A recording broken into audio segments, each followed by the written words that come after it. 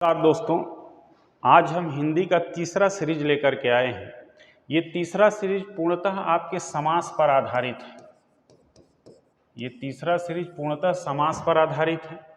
इसमें हम लोग समास के संक्षेप में सारे नियम को हम बताएंगे और फिर उसके बाद से समास पर जितने भी प्रश्न होंगे उसका हम लोग अभ्यास करेंगे, क्योंकि समास का नियम अगर आप समझ लेंगे तो क्वेश्चन को समझना और क्वेश्चन को पकड़ना आसान हो जाएगा। तो चलिए हम लोग देखते हैं समास के मूल नियम क्या है। देखिए, सबसे पहली चीज क्या है कि समास शब्द का अर्थ क्या है? संक्षेप। समास शब्द का जो अर्थ है वो संक्षेप है, अर्थात जब किसी भी विग्रह को, विग्रह का मतलब ये होता है कि जो वाक्य खंड खंड में बड़े होते हैं उसको विग्रह कहते हैं, जब उसको हम संक्षिप्त करते हैं तो उसी को समास कहते हैं। जैसे उदाहरण से समझ में आ जाएगा, जैसे दही में डूबा हुआ बड़ा, अगर इसका हम समास शब्द बनाएंगे तो दही बड़ा हो जाएगा। जैसे चक्र है हाथ में जिसके अर्थात विष्णु, अगर इसको हम समास रूप देंगे तो चक्रपाणी हो जाएगा। बीणा है हाथ में जिसके अर्थात सरस्वती, अगर इसको हम संक्षेप रूप देंगे या सामासिक रूप देंगे तो चक्रपाणी हो जाएगा। तो समास का अर्थ होता है संक्षेप। अब समास कितने प्रकार के होते हैं, कौन कौन से होते हैं, उनकी क्या विशेषता होती है, तो संक्षेप में हम इसको समझते हैं। तो देखिए, समास के कुल 6 प्रकार होते हैं, लेकिन अगर कभी कभी पूछ देता है कि मूल समास कितने होते हैं, तो मूल समास 4 ही होते हैं। ये अव्ययी भाव समास, तत्पुरुष समास, बहुव्रीहि समास और द्वंद्व समास। तो कभी कभी अगर पूछता है कि मूल समास कितने हैं तो 4 बताना है, क्योंकि कर्मधारय और द्विगु को भी जो है कि तत्पुरुष के अंतर्गत ही माना जाता है, लेकिन तत्पुरुष जो है कि ये मूल समास में आता है। ठीक है, तो अगर मूल का भी समास पूछता है तो आपको बताना है 4 है। अगर कुल समास पूछता है तो आपको 6 समास बताना है कि कुल समास के प्रकार 6 हैं। तत्पुरुष के कितने भेद हैं हम लोग अभी आएंगे तो उसको समझेंगे। तो आइए हम लोग देखते हैं कि इन 6 समास के क्या नियम हैं। देखिए, पहला जो समास है वो है अव्ययी भाव समास। तो अव्ययी भाव समास का नियम ये है कि इसमें प्रथम पद या पूर्व पद प्रधान होता है और प्रथम पद अव्यय होता है। अव्यय का मतलब ये होता है कि जो हर स्थिति में अपने रूप को न बदले, अर्थात हर स्थिति में अपने मूल रूप में ही रहता है, उसको अव्ययी भाव समास कहते हैं। जैसे अव्यय का मतलब होता है जिसमें विकार उत्पन्न न हो, अर्थात लिंग वचन क्रिया कर्म के साथ उसमें कोई बदलाव न हो, उसे ही हम अव्ययी भाव समास कहते हैं। और इस प्रकार के शब्दों को थोड़ा सा पहचान लेंगे तो इस समास को पकड़ना आसान हो जाएगा। जैसे यथा, प्रति, अनु, ठीक है ना, ये सभी के सभी जो है कि अव्ययी भाव समास के उदाहरण हैं। इसके अलावा ऐसे शब्द जो 2 बार रिपीट करते हैं वो भी अव्ययी भाव में आते हैं, जैसे रातों रात, दिनों दिन, खटाखट, जल्दी जल्दी, ये सभी के सभी अव्ययी भाव समास में आते हैं। दूसरा है तत्पुरुष समास। तो तत्पुरुष समास का नियम ये होता है कि जिसमें उत्तर पद की प्रधानता होती है, तो उत्तर पद की जिसमें प्रधानता होती है तत्पुरुष समास है। जैसे राजपुत्र, राजा का पुत्र, इसमें पुत्र शब्द की प्रधानता है। धर्मयुक्त, धर्म से युक्त, उत्तर पद की प्रधानता है। मन चाहा, मन से चाहा। अब तत्पुरुष समास के कुल 6 भेद होते हैं और इसकी पहचान बहुत आसान होता है, क्योंकि जो 6 भेद होते हैं वो वास्तव में देखेंगे तो जो संबंध बोधक चिन्ह होता है उसी से उसको पहचाना जाता है। जैसे कर्म तत्पुरुष, तो कर्म तत्पुरुष जो है इसका संबंध बोधक चिन्ह जो है को होता है। ठीक है ना। जैसे गगन चुंबी, गगन को चूमने वाला, तो ये कर्म तत्पुरुष में आ जाएगा क्योंकि उसमें को संबंध बोधक चिन्ह लगा हुआ है। करण तत्पुरुष, इसका संबंध बोधक चिन्ह से और द्वारा होता है। ठीक है, तो से ध्यान में रखिएगा कि आपादान में भी लगा हुआ है, लेकिन अभी मैं बताऊंगा कि दोनों में क्या अंतर है। संप्रदान तत्पुरुष का जो है कि संबंध बोधक चिन्ह के लिए होता है, आपादान तत्पुरुष का संबंध बोधक चिन्ह से होता है। अब दोनों को समझ लीजिए कि यहाँ करण तत्पुरुष में भी से है, आपादान तत्पुरुष में भी से है, लेकिन करण तत्पुरुष में जो है कि से का तात्पर्य जो होता है कि किसी कारण से होने का भाव यहाँ प्रकट होता है। ठीक है ना, किसी कारण से होने का भाव प्रकट होता है। जैसे रोगग्रस्त, रोग से ग्रसित, यानी इसमें रोग कारण है ग्रसित होने का, तो ये किसमें आ जाएगा? करण तत्पुरुष में। आपादान में पृथकत्व का भाव आता है, अलगाव का भाव आता है। जैसे पथ भ्रष्ट, पथ से भ्रष्ट, यानी पथ से अलग हो गया है। देश निकाला, देश से निकाला, तो इसमें अलगाव का भाव आता है। तो ये दोनों आपको ध्यान में रखने की जरूरत है। संबंध तत्पुरुष में जो है कि संबंध बोधक चिन्ह जो है कि का, की, के होता है। इसी प्रकार से अधिकरण तत्पुरुष में जो है कि में, पे, पर इत्यादि ये होता है, ठीक है ना। तो इस संबंध बोधक चिन्ह से हम बहुत आसानी से हम इसको पहचान सकते हैं, ठीक है।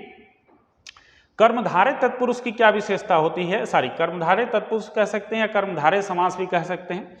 तो कर्मधारय समास की मूल विशेषता होती है कि इसमें उत्तर पद प्रधान होता है और जो पहला पद होता है वो उत्तर पद की विशेषण के रूप में प्रयुक्त होता है, अर्थात पहला पद उत्तर पद की विशेषता बताता है। जैसे नीलांबर, नीला अंबर, ठीक है ना। अंबर मतलब आकाश, अर्थात जो आकाश नीला है, तो नीला किसकी विशेषता है, आकाश की।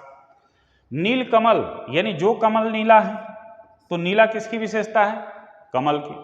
नील गाय, जो गाय नीला है, अर्थात नील किसकी विशेषता है, तो गाय की।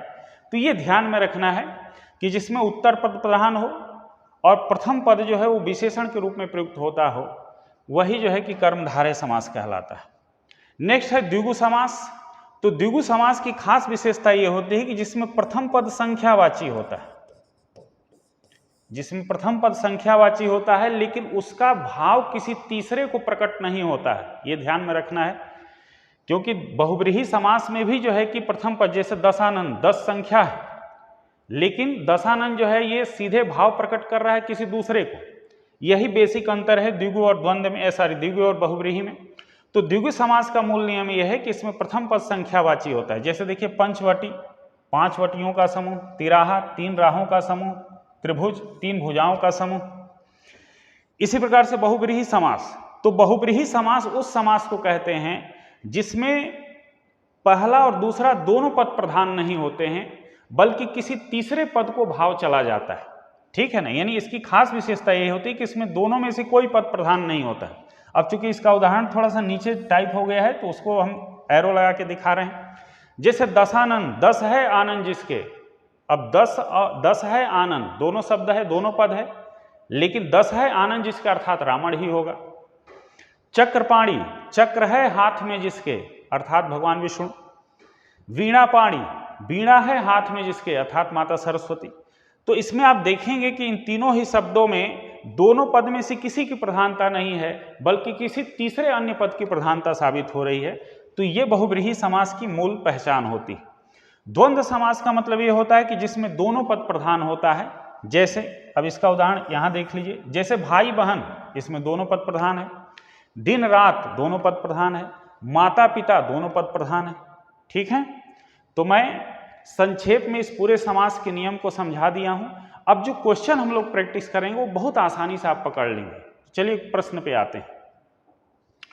देखिए पहला प्रश्न कहता है कि आमरण, आमरण में कौन सा समास है। तो देखिए आ शब्द यहां जुड़ा हुआ है। आ जो है अव्ययी भाव समास, यानी अव्यय है जिसमें किसी भी प्रकार का विकार उत्पन्न नहीं होता है, चाहे आ को किसी भी साथ जोड़िए। जैसे आमरण, आ जन्म, ठीक है ना, आगंतुक। तो ये आ शब्द जो है ये किसी भी साथ जुड़ेगा, वो कोई परिवर्तन नहीं होता है, अर्थात वो अव्यय है, इसीलिए ये जो है अव्ययी भाव समास के अंतर्गत आएगा। दूसरा प्रश्न देखिए, कह रहा है भीष्म पितामह ने आजीवन शादी न करने का प्रण लिया था। तो आजीवन में भी जो है कि आप देखें कि आ शब्द जुड़ा हुआ है जो अव्यय है, इसलिए अव्ययी भाव समास के अंतर्गत आएगा। नेक्स्ट प्रश्न देखिए, कह रहा है कि इनमें से कौन सा कथन पूरी तरह से तत्पुरुष समास है। तो इसको थोड़ा सा आप पढ़ेंगे तो आसानी से समझ में आ जाएगा। कह रहा है इसमें पूर्व पद की प्रधानता होती है, तो पूर्व पद की प्रधानता वाला नियम अव्यय समास का है। इसमें पूर्व पद संख्यावाची होता है, यह द्विगु समास का नियम है। इसमें प्रायः उत्तर पद प्रधान होता है, यही तत्पुरुष समास का नियम है, इसलिए उत्तर जो है आपका सी हो जाएगा। नेक्स्ट क्वेश्चन कह रहा है कि उपरोक्त समास चिन्हित कीजिए, यानी उपरोक्त में समास चिन्हित कीजिए, अर्थात इस पथभ्रष्ट में समास चिन्हित करना है। तो जब इसका विग्रह करेंगे तो बहुत आसानी से पकड़ में आ जाएगा। पथभ्रष्ट, पथ से भ्रष्ट, तो पथ से, यही अव्यय जो है कि ये तत्पुरुष समास है। और कौन सा समास है, तो आपादान तत्पुरुष है, क्योंकि मैंने बताया था ना पृथकत्व का जहां भी भाव आएगा वो आपादान में चला जाता है। तो पथ से भ्रष्ट तत्पुरुष समास में आएगा। नेक्स्ट क्वेश्चन देखिए, कह रहा है मुंबई में गगनचुंबी इमारतें बहुत हैं, इसमें रेखांकित शब्द को पहचानना है कि कौन सा समास इसमें लगा हुआ है। तो गगनचुंबी, गगन को चूमने वाली, अर्थात ये तत्पुरुष है और कर्म तत्पुरुष है। नेक्स्ट क्वेश्चन देखिए परमानंद, ठीक है ना। तो देखिए इसमें परम का विग्रह करेंगे, परम आनंद आएगा। तो आनंद की विशेषता क्या है? परम, अर्थात ये कर्मधारय समास है, इसमें आनंद पद प्रधान है और पहला पद विशेषण है। नेक्स्ट क्वेश्चन देखिए क्या कह रहा है, निम्नलिखित में से कौन सा समास नहीं है? तो अव्ययी भाव समास है, कर्म कारक समास नहीं है, बल्कि कर्मधारय समास है। तो उत्तर आपका बी सही हो जाएगा। नेक्स्ट क्वेश्चन कह रहा है कि महापुरुष में कौन सा समास जुड़ा हुआ है? तो देखिए महापुरुष, महा और पुरुष, तो पुरुष प्रधान शब्द है, इसकी विशेषता महा या महानता है। तो आपका वही कर्मधारय समास का नियम लगा हुआ है कि उत्तर पर प्रधान होता है, प्रथम पद उसका विशेषण होता है, तो ये कर्मधारय समास हो जाएगा। नेक्स्ट क्वेश्चन कह रहा है महाजन, ठीक वही भाव है, ठीक है ना, कर्मधारय समास ही है, क्योंकि महा, ये महा यानी जन की विशेषता महा बता रहा है, तो ये कर्मधारय समास है, उत्तर पद प्रधान है, प्रथम पद विशेषण है। नेक्स्ट क्वेश्चन देखिए कह रहा है कि जिस समास में प्रथम पद संख्यावाची तथा अंतिम पद संज्ञा होता है वो कौन सा? तो मैंने अभी बताया है कि वो द्विगु समास होता है, जिसमें पहला पद संख्यावाची होता है। नेक्स्ट क्वेश्चन देखिए तिरंगा, ये द्विगु समास का उदाहरण है। नेक्स्ट क्वेश्चन कह रहा है कि जिस सामासिक शब्दों का पहला पद संख्या को व्यक्त करने वाला विशेषण होता है वो शब्द क्या कहलाता है? तो पहला पद जहां भी संख्या आएगा वो द्विगु समास होगा, बी उत्तर सही होगा। नेक्स्ट क्वेश्चन कह रहा है कि जिस समास के पूर्व एवं उत्तर पद दोनों समान रूप से प्रधान हो, तो जहां भी दोनों पद, पूर्व पद और उत्तर पद समान रूप से प्रधान होता है वो द्वंद्व समास कहलाता है। जैसे अभी हमने देखा भाई बहन, माता पिता। नेक्स्ट क्वेश्चन कह रहा है निम्नलिखित में से कौन सा शब्द बहुब्रीहि समास का उदाहरण है? तो बहुब्रीहि का मतलब यह होता है कि जिसमें दोनों पद की प्रधानता नहीं होती बल्कि किसी तीसरे पद प्रधान हो जाता है। तो जैसे दशानन, दशानन में अर्थात 10 है आनंद जिसके रावण, तो रावण की प्रधानता आ रही है, वो तीसरा पद है। नेक्स्ट क्वेश्चन देखिए कह रहा है कि कौन सा शब्द बहुब्रीहि समास के अंतर्गत आता है? तो सिंपल सी बात है, वीणा पाणी, वीणा है हाथ में जिसका अर्थात सरस्वती। नेक्स्ट क्वेश्चन देखिए बहुब्रीहि समास का उदाहरण कौन सा है? तो बहुब्रीहि समास का उदाहरण इसमें चतुर्भुज है, 4 हैं भुजाएं जिसके अर्थात भगवान विष्णु। यथा विधि, देखिए इसमें यथा जो है पूर्व पद है, विधि उत्तर पद है, तो पूर्व पद यथा प्रधान है और वो अव्यय है, वो कहीं नहीं बदलता है। यथा विधि, यथा रुचि, यथा कर्म, हर जगह एक साथ एक रूप में आता है, तो ये अव्ययी भाव समास हो जाएगा। नेक्स्ट कह रहा है आजन्म, ये भी अव्ययी भाव समास है, क्योंकि इसमें आ प्रथम पद है जो अव्यय है, उत्तर सी हो जाएगा। नेक्स्ट क्वेश्चन कह रहा है कि कौन सा शब्द अव्ययी भाव समास का उदाहरण है? तो अव्ययी भाव समास का उदाहरण इसमें से आमरण है, क्योंकि इसमें पहला पद जो है आ है वो अव्यय है। नेक्स्ट क्वेश्चन कह रहा है देश निकाला में कौन सा समास है? तो वही देश से निकाला, अर्थात ये तत्पुरुष समास है। नेक्स्ट क्वेश्चन कह रहा है कि जिस समास में उत्तर पद की प्रधानता होती है उसे क्या कहते हैं? तो जिस समास में उत्तर पद की प्रधानता होती है उसे तत्पुरुष समास कहते हैं। नेक्स्ट क्वेश्चन कह रहा है सिंह द्वार शब्द में कौन सा समास है? तो सिंह का द्वार, अर्थात ये तत्पुरुष समास लगा हुआ है इसमें। सदगति, सदगति अर्थात गति की विशेषता बता रहा है। सद, सत मतलब सत्य होता है, तो विग्रह करेंगे सतगति, यानी जो गति सत्य है, अर्थात ये कर्मधारय समास है, क्योंकि इसमें उत्तर पद प्रधान है और प्रथम पद विशेषण के रूप में प्रयुक्त हो रहा है, जो गति की विशेषता बता रहा है। नेक्स्ट क्वेश्चन देखिए कि विग्रह के दृष्टिकोण से दिए गए विकल्पों में से कौन सा अनुचित है, अर्थात कौन सा गलत है इसमें? तो वन में वास ये विग्रह सही है, जल की धारा विग्रह सही है, चंद्र की प्रकाश ये भी सही है, देश पर निकाला यही गलत है, देश से निकाला होना चाहिए, इसलिए उत्तर डी होगा। नेक्स्ट क्वेश्चन कह रहा है कि सज्जन शब्द में समास कौन सा है? तो ये भी कर्मधारय समास है, क्योंकि जन की विशेषता बता रहा है सत्यजन। इसका विग्रह करेंगे तो सत्यजन, यानी जो सत्य जन है। इसका मतलब ये होता है कि जन जो है उत्तर पद है और ये पूर्व पद सत्य है, तो जन प्रधान हो रहा है और पूर्व पद इसका विशेषण बता रहा है, इसलिए ये कर्मधारय समास हो जाएगा। नेक्स्ट क्वेश्चन देखिए, कह रहा है निम्न में से कौन सा शब्द कर्मधारय समास का उदाहरण है? तो अंधकूप ही कर्मधारय समास का उदाहरण है, क्योंकि कूप की विशेषता अंध बता रहा है और कूप प्रधान शब्द है। नीलकमल, यहां भी कर्मधारय समास आ रहा है, क्योंकि कमल की विशेषता कमल प्रधान पद है, नील इसका विशेषण है। किस समास का पूर्व पद संख्यावाची होता है? तो द्विगु समास का पूर्व पद जो है यह संख्यावाची होता है, तो उत्तर भी सही हो जाएगा। नेक्स्ट क्वेश्चन कह रहा है द्विगु समास का उदाहरण कौन सा है? तो देखिए इसमें द्विगु समास जिसका पहला पद संख्यावाची है, तो नवग्रह यही द्विगु समास का उदाहरण है।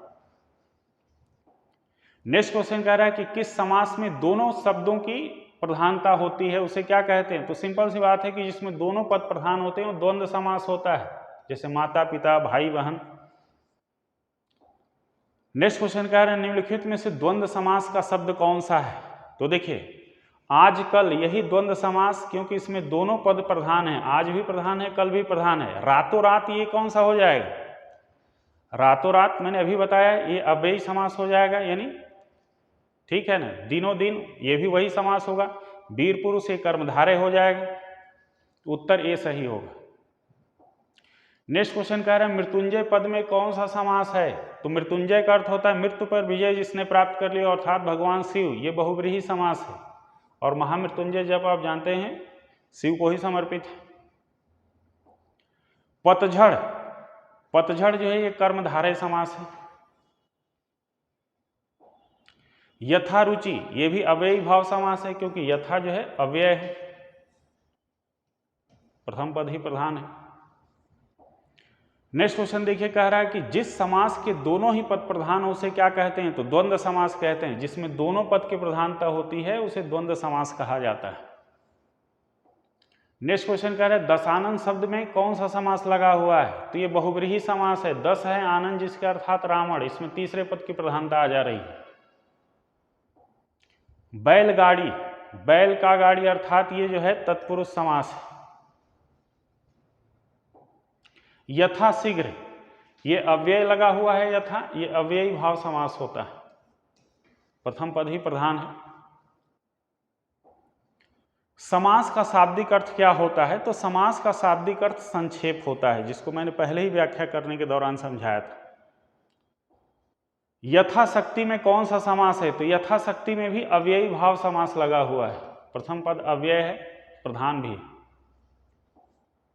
प्रतिमान ये भी अव्ययी भाव समास है, क्योंकि प्रति शब्द जो है ये अव्यय है कि कहीं भी नहीं बदलता है, मूल रूप में ही रहता है। पीतांबर, पीत है अंबर जिसका अर्थात विष्णु, ये कौन सा समास है? तो ये जो है आप देखेंगे बहुव्रीहि समास है, क्योंकि पीत है अंबर अर्थात ये दोनों पद की प्रधानता समाप्त हो जा रही है और विष्णु पद प्रधान हो जा रहा है, अर्थात दोनों पद ये विष्णु की विशेषता हो जा रही है, इसलिए बहुव्रीहि समास में आ जाएगा। चंद्रवदन ये कर्मधारय समास है, क्योंकि चंद्र जो है वदन, वदन क्या है? उत्तर पद प्रधान है, और चंद्र जो है चंद्र का मतलब चमकने वाला, तो ये कर्मधारय समास हो जाएगा, क्योंकि पहला पद उत्तर पद के विशेषण के रूप में प्रयुक्त हो रहा है और उत्तर पद प्रधान है। भरपेट, ठीक है ना, तो भरपेट जो है ये अव्ययी भाव समास है, क्योंकि भर शब्द जो है ये अव्यय है, कहीं भी नहीं बदलता है, भर रात, भर पेट, भर दिन। नरोत्तम, नरों में उत्तम ये तत्पुरुष समास है। त्रिलोचन ये बहुव्रीहि समास है, तीन है, लोचन का मतलब आंख, तीन है लोचन जिसका अर्थात शिव। यथा समय ये अव्ययी भाव समास है, क्योंकि यथा शब्द प्रधान है और अव्यय भी है।